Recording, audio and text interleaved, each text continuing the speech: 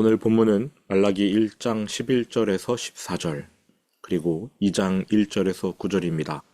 먼저 1장 11절에서 14절 함께 봉독하겠습니다. 만군의 여호와가 이르노라. 해 뜨는 곳에서부터 해 지는 곳까지의 이방 민족 중에서 내 이름이 크게 될 것이라. 각 처에서 내 이름을 위하여 분향하며 깨끗한 제물을 드리리니 이는 내 이름이 이방 민족 중에서 크게 될 것임이니라. 그러나 너희는 말하기를 여호와의 식탁은 더러워졌고 그 위에 있는 과일 곧 먹을 것은 경멸히 여길 것이라 하여 내 이름을 더럽히는도다. 만군의 여호와가 이르노라. 너희가 또 말하기를 이 일이 얼마나 번거로운고 하며 코웃음치고 훔친 물건과 저는 것 병든 것을 가져왔느니라. 너희가 이같이 봉헌물을 가져오니 내가 그것을 너희 손에서 받겠느냐? 이는 여호와의 말이니라. 짐승떼 가운데에 수컷이 있거늘 그 서원하는 일에 흠 있는 것으로 속여 내게 드리는 자는 저주를 받으리니 나는 큰 임금이요 내 이름은 이방 민족 중에서 두려워하는 것이 됨이니라. 만군의 여호와의 말이니라. 아멘.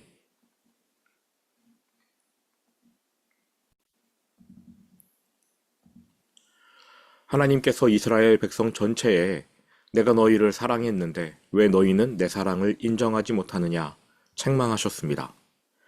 야곱이 어떤 선행을 하기도 전 하나님은 그를 선택하셨고 장자인 에서 대신 찾아 야곱을 자기 백성으로 삼으셨습니다. 에서의 후손 에돔 나라 대신 야곱의 후손 이스라엘 나라와 언약을 맺으셨지요. 에돔은 바벨론에 망한 뒤 재기하지 못하지만 이스라엘은 바벨론에 망한 후에도 보기 좋게 재기했습니다.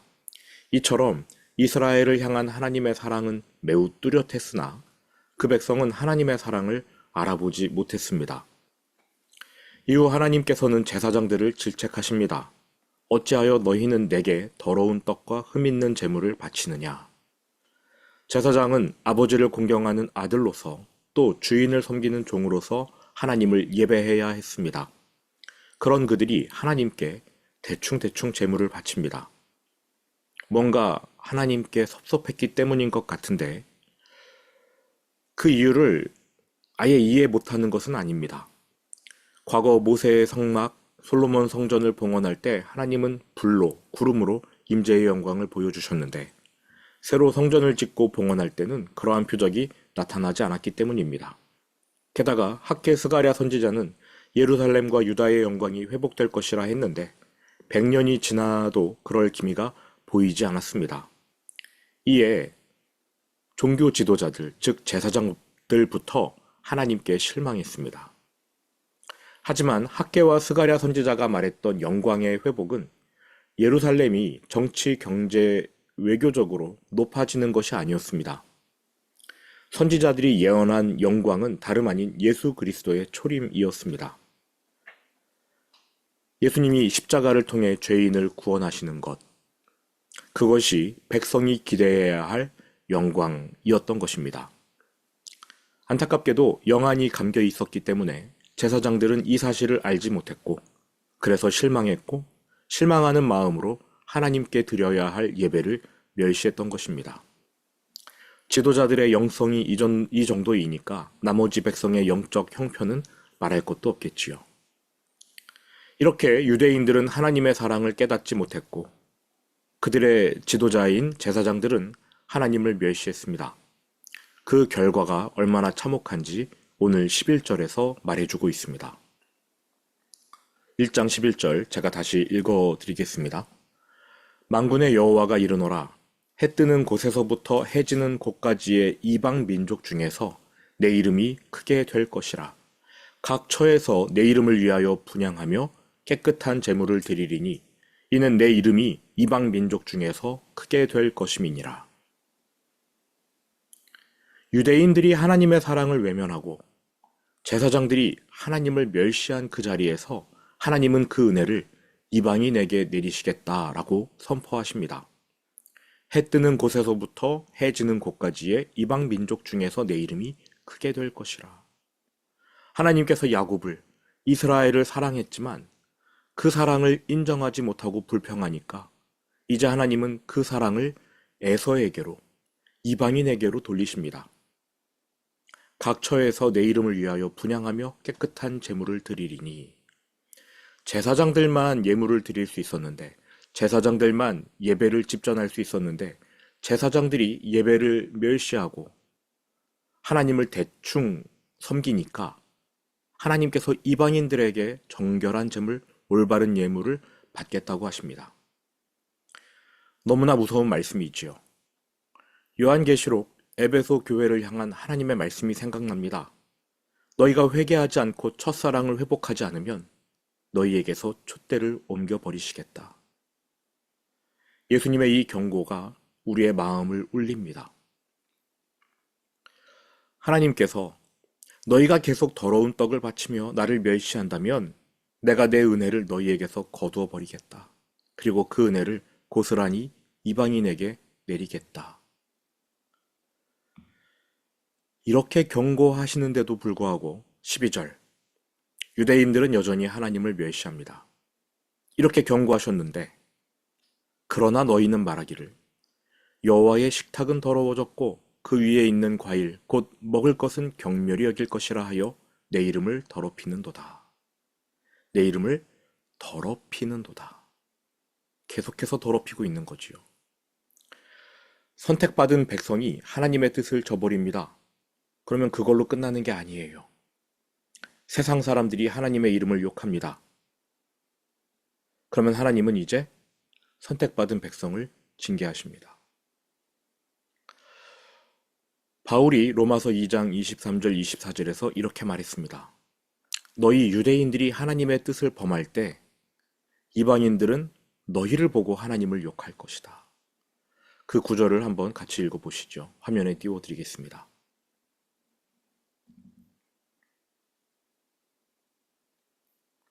로마서 2장 23절 24절 율법을 자랑하는 내가 율법을 범함으로 하나님을 욕되게 하느냐? 기록된 바와 같이 하나님의 이름이 너희 때문에 이방인 중에서 모독을 받는도다.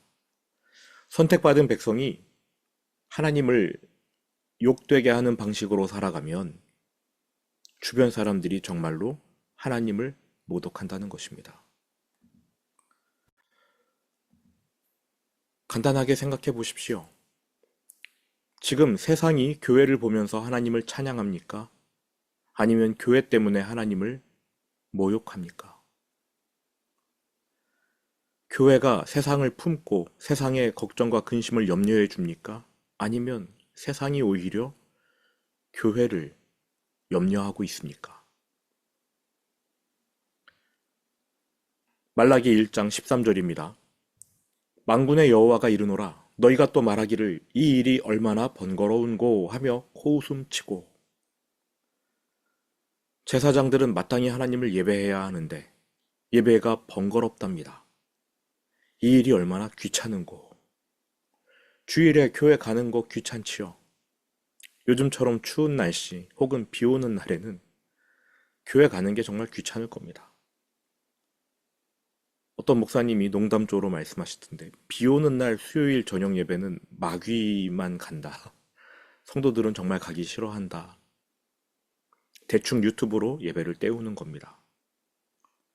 예배당에 와서 앉아 있어도 좀이 쑤십니다. 딴 생각하고 인터넷 검색하고. 이 일이 얼마나 번거로운고.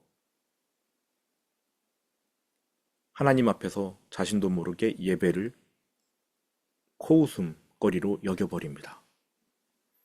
지금이나 옛날이나 하나님은 너무나 쉽게 멸시당하십니다. 특히 하나님이 구원하신 그분의 백성들에게 멸시당하십니다. 하나님께 드려야 할 예물은 십자가의 예수님을 예표해야 하므로 율법에 맞게 흠없고 거룩한 것이어야 하는데 율법의 기준에 합당해야 하는 것은 물론이고 예물을 바치는 마음, 하나님에 대한 사랑이 담겨 있어야 하는데 사랑하는 마음 없이 예물을 드립니다. 그리고 율법에 맞지 않게 예물을 드려왔습니다. 가인의 제사처럼 거절되겠지요. 또 하나님을 사랑하더라도 율법을 따르지 않는 예물, 과거 다윗이 언약궤를 수레에 실어 운반했던 때처럼 거절될 텐데 너무나 많이 하나님이 그 백성의 예물을 거절하셔야만 했습니다. 이런 일을 방지하기 위해서 하나님은 제사장을 세우신 거예요. 율법을 가르쳐라. 하나님 사랑하는 방법을 가르쳐라. 그런데 그 제사장부터 하나님을 사랑하지 않습니다. 말씀을 사랑하지 않습니다. 결국 제사장부터가 더러운 재물을 하나님께 바치고 성한 것은 자기 주머니에 넣는 만행을 저지르기에 이르렀습니다.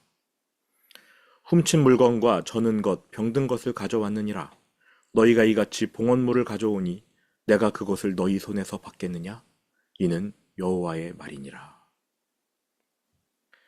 율법대로 예물을 드리더라도 하나님을 섬기고 사랑하는 마음까지 담아야 하나님이 받으시는데 애초에 글렀습니다. 하나님을 사랑하지 않습니다. 14절 짐승떼 가운데에 수컷이 있거늘 그 서원하는 일에 흠있는 것으로 속여 내게 드리는 자는 저주를 받으리니 나는 큰 임금이요 내 이름은 이방 민족 중에서 두려워하는 것이 됨이니라 만군의 여호와의 말이니라. 이제 2장을 함께 읽겠습니다.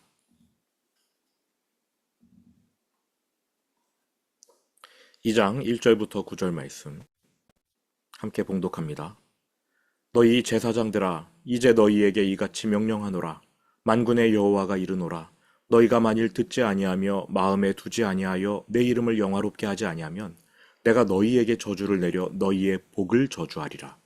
내가 이미 저주하였나니 이는 너희가 그것을 마음에 두지 아니하였음이라. 보라, 내가 너희의 자손을 꾸짖을 것이요 똥 곧 너희 절기의 희생의 똥을 너희 얼굴에 바를 것이라. 너희가 그것과 함께 제하여 버림을 당하리라. 만군의 여호와가 이르노라. 내가 이 명령을 너희에게 내린 것은 레위와 세운 나의 언약이 항상 있게 하려 함인 줄을 너희가 알리라. 레위와 세운 나의 언약은 생명과 평강의 언약이라. 내가 이것을 그에게 준 것은 그로 경외하게 하려 함이라. 그가 나를 경외하고 내 이름을 두려워하였으며 그의 입에는 진리의 법이 있었고 그의 입술에는 불의함이 없었으며 그가 화평함과 정직함으로 나와 동행하며 많은 사람을 돌이켜 죄악에서 떠나게 하였느니라. 제사장의 입술은 지식을 지켜야 하겠고 사람들은 그의 입에서 율법을 구하게 되어야 할 것이니 제사장은 만군의 여호와의 사자가 됨이거늘 너희는 옳은 길에서 떠나 많은 사람을 율법에 거스르게 하는도다. 나 만군의 여호와가 이르노니 너희가 레위의 언약을 깨뜨렸느니라. 너희가 내 길을 지키지 아니하고 율법을 행할 때에 사람에게 치우치게 하였으므로 나도 너희로 하여금 모든 백성 앞에서 멸시와 천대를 당하게 하였느니라 하시니라. 아멘. 계속되는 논쟁 중 하나님께서 자신을 멸시한 제사장들에게 말씀하십니다. 내가 너희에게 이렇게 명령한다. 너희가 만일 듣지 않고 마음에 두지 아니하여 내 이름을 영화롭게 하지 아니하면 내가 너희에게 저주를 내릴 것이다. 너희의 복을 저주하리라. 내가 이미 저주하였나니 이는 너희가 그것을 마음에 두지 아니하였음이라. 굉장히 무서운 말씀입니다. 내가 너희에게 저주를 내릴 것이다. 너희의 복을 저주하리라. 여러분, 이 말씀이 진짜 무서운 이유는요. 제사장이 받은 복이 저주로 바뀐다 이런 뜻이 아닙니다. 제사장의 역할 중 하나가 백성에게 복을 빌어주는 것인데 하나님이 제사장들에게 저주를 내리셔서 저주받은 제사장이 아무리 백성을 축복해도 그 백성에게 복이 흘러가는 게 아니라 저주가 흘러간다는 것입니다. 너희의 복을 저주하리라. 아니, 망할 거면 제사장 혼자 망하지. 제사장이 망하면요, 백성도 같이 망한다는 거예요. 제사장이 백성을 축복하는데 선포한 복마다 전부 저주로 바뀌어서 흘러가는 겁니다. 더 무서운 말씀이 뭔지 아십니까? 내가 이미 저주하였나니. 이미 그게 시작되었다는 거예요. 하나님이 하시는 일은 일단은 한동안은 되돌릴 수 없습니다. 노아의 홍수를 내리기로 작정하시면 40일간은 비가 내려야 되는 거지요. 온 세상이 가득 찰 때까지는 하나님이 기억하고 바람을 불어주실 때까지는 한동안은 계속 돼야 된다는 겁니다. 하루 내리시다가 얘네들이 회개하네 하고서 멈추시는 법이 없어요. 이미 저주하였나니. 제사장들은 뭣도 모르고 백성을 축복하겠지요. 그 축복이 다 저주로 바뀌어서 백성에게 흘러갑니다. 왜 하나님이 제사장들을 저주하십니까? 왜 그들의 입술을 저주하셔서 아무리 축복을 선포해도 백성에게 저주가 흘러가게 하셨습니까? 너희가 듣지 아니하며 마음에 두지 아니하여. 하나님 말씀을 듣지 않고 마음에 두지 않았기 때문입니다. 말씀을 보는 눈, 듣는 귀, 깨닫는 마음 너무나 중요한데 제사장들이 그 말씀이 마침 멀리 있는 것처럼 생각하고 멀리 했습니다.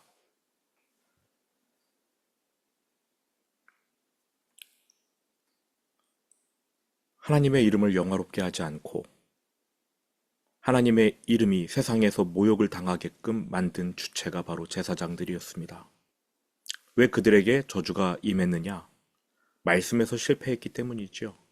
말씀을 듣지 않으니까 율법 따르지 못하고 하나님 사랑하는 방법도 지키지 못합니다.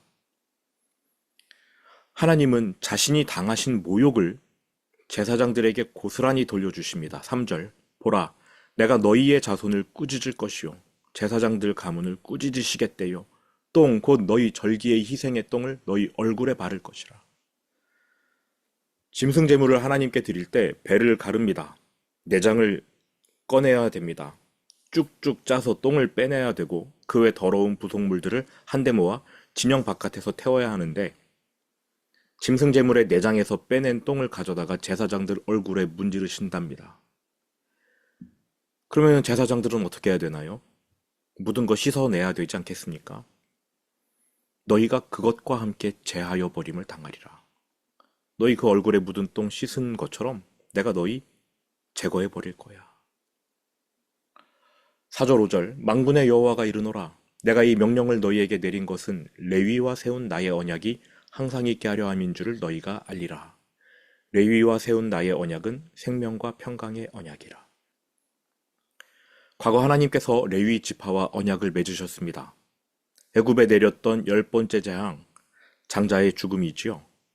하나님은 이스라엘의 장자들을 살려주십니다. 어린 양의 죽음으로 대속하셔요. 마땅히 죽어야 할 이스라엘 사람들인데 하나님이 그들을 살려주셨습니다. 이스라엘의 모든 장자는 그래서 하나님의 소유가 된 겁니다.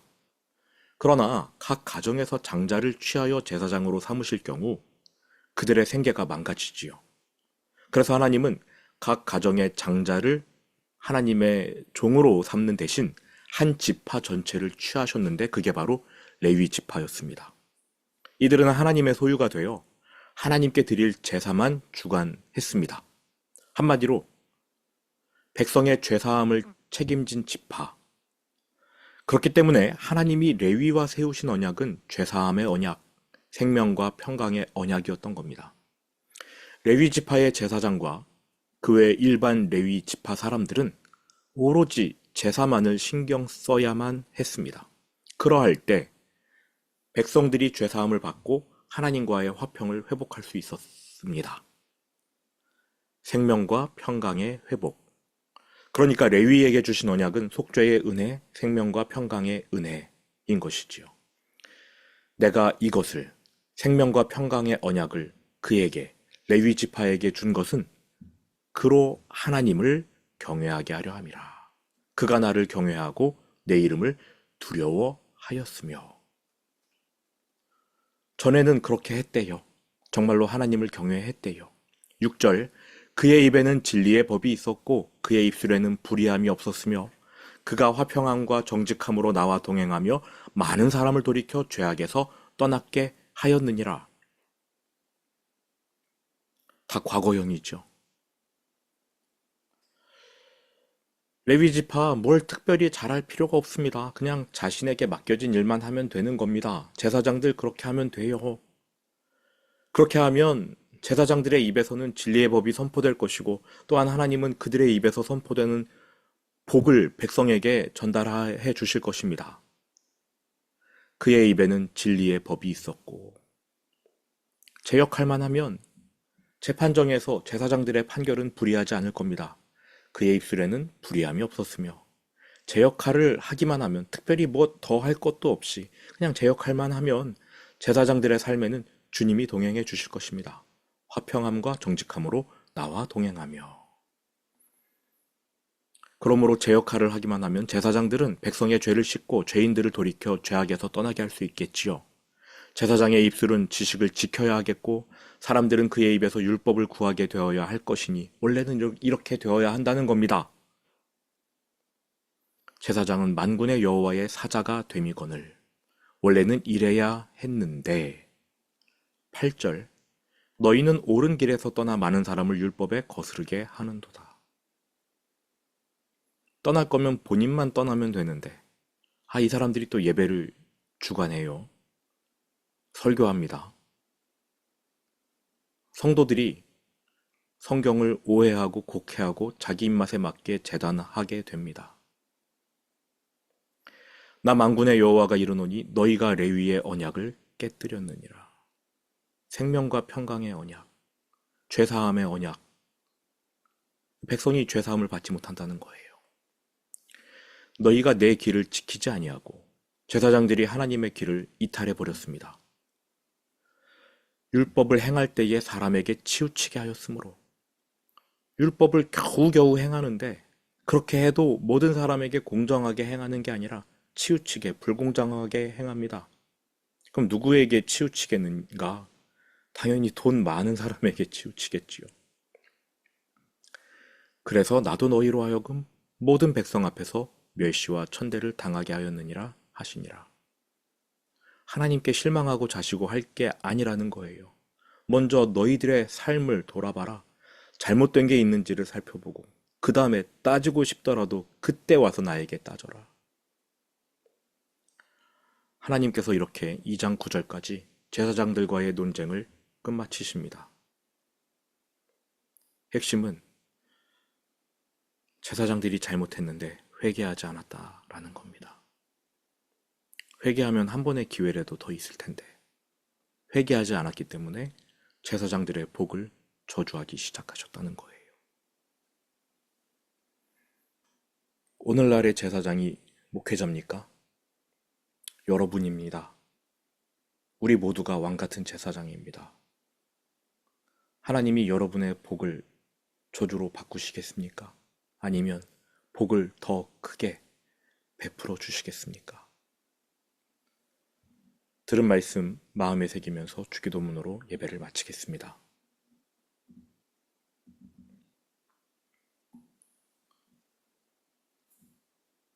하늘에 계신 우리 아버지, 아버지 이름을 거룩하게 하시며 아버지의 나라가 오게 하시며 아버지의 뜻이 하늘에서와 같이 땅에서도 이루어지게 하소서.